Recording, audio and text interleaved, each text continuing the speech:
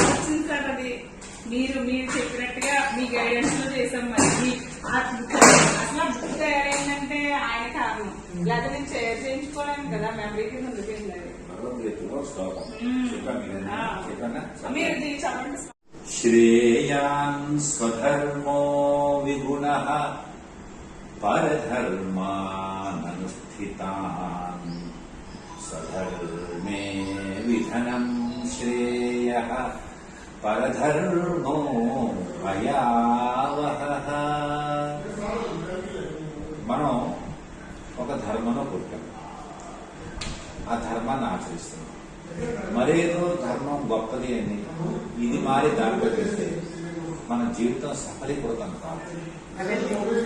ధర్మం అంటే ఎంతసేపు హిందూ ధర్మం అనో ఇంకేదో ధర్మం తప్పు. ప్రకృతి ధర్మం. ఈ ప్రకృతిలో మనం పుట్టాం. ఏం చేసిందంటే ప్రకృతి, నేను ఇంత అందంగా ఉన్నా కదా, నన్ను ఎవరు ఒక మనిషిని పుట్టించింది. ఆ మనిషిని పుట్టిన తర్వాత ఆ మనిషి ఆ ప్రకృతిని ఆస్వాదిస్తూ నా తల్లి, మా అమ్మ అని బతుకుతూ చివరికి ఆ ప్రకృతిని తొక్కటానికి ట్రై చేస్తున్నాడు, నాశనం చేయడానికి ట్రై చేస్తున్నాడు.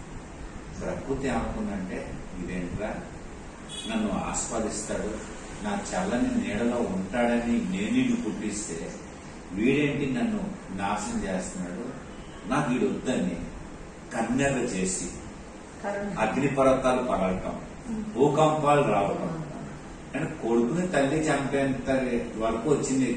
జరగదండి, అది జరగదు. వచ్చింది అంటే ఆ తల్లికి ఎంత కోపం వచ్చింది. అది అందరినీ కూడా కాదండి, కొంతమంది వల్ల తన మిగతా కుమారుడికి ఇబ్బంది